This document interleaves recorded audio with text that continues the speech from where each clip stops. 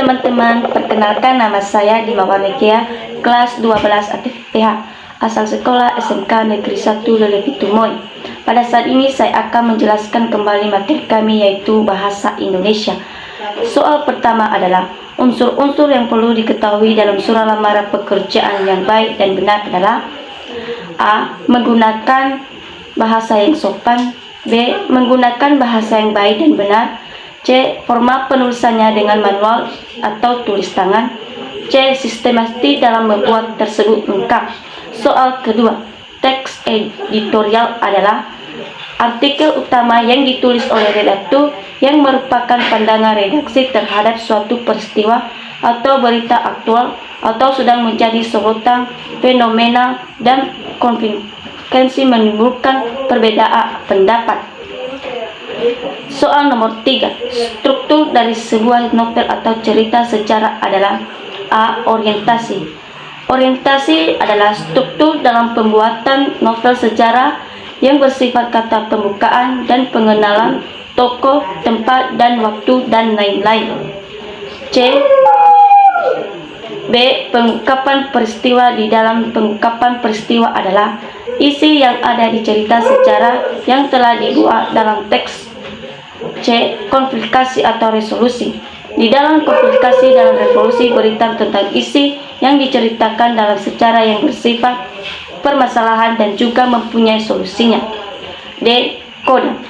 Kalimat penyelesai yang telah dibuat oleh seseorang yang tercantum akhir cerita. Soal nomor 4, kedudukan fakta dan opini dalam teks editorial, yaitu: A. Fakta.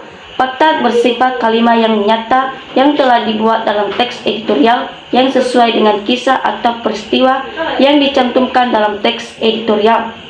B. Opini.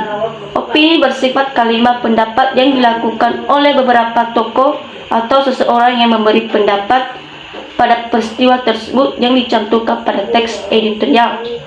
Soal kelima, contoh paragraf pertama surat lamaran pekerjaan untuk posisi sebagai marketing di sebuah perusahaan berdasarkan informasi yang kamu ketahui. Surat lamaran pekerjaan adalah: dengan hormat kepada Bapak Ibu, ketahui pimpinan dari perusahaan ini bisa menerima saya berbagai karyawan di dalam perusahaan ini dengan berbagai posisi dalam pekerjaan. Soal nomor 6, perbedaan surat lamaran yang digabung yang terpisah adalah: A. Surat lamaran pekerjaan yang digabungkan yaitu berisikan dengan riwayat hidup. B. Surat lamaran terpisah, surat lamaran yang terpisah dari riwayat hidup. Soal nomor 7, struktur teks editorial adalah: pertama, tesis. Di dalam tesis berisi tentang kalimat pembukaan pada teks editorial yang bertujuan untuk pengenalan tokoh, tempat, dan waktu, serta peristiwa yang terjadi. Kedua, argumentasi. Di dalam argumentasi berisi fakta serta opini yang dilakukan oleh seseorang dalam peristiwa tersebut. Ketiga, penegasan ulang. Berisi tentang kalimat akhir atau paragraf akhir yang bersifat memberi saran. Soal 8, apa saja yang termasuk kaidah kebahasaan dari teks cerita sejarah adalah: pertama, kalimat bermakna lampau.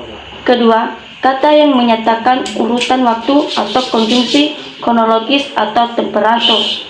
Ketiga, kata kerja yang menggambarkan sesuatu tindakan atau kata kerja material. Keempat, kata kerja yang menggambarkan sesuatu tindakan atau kata kerja material bersifat tentang kejadian yang fakta. 9. Soal ke-9, terhadap teks editorial dengan judul Peran Teknologi dalam Pendidikan. Pandangan saya yaitu merupakan teks yang berisikan tentang fakta dan opini, juga bisa menceritakan tentang permasalahan yang belum terjadi. Demikian penjelasan pada hari ini. Kalau ada kata-kata yang tidak berkenan kepada teman-teman, mohon dimaafkan. Sekian dan terima kasih. Ya ahong.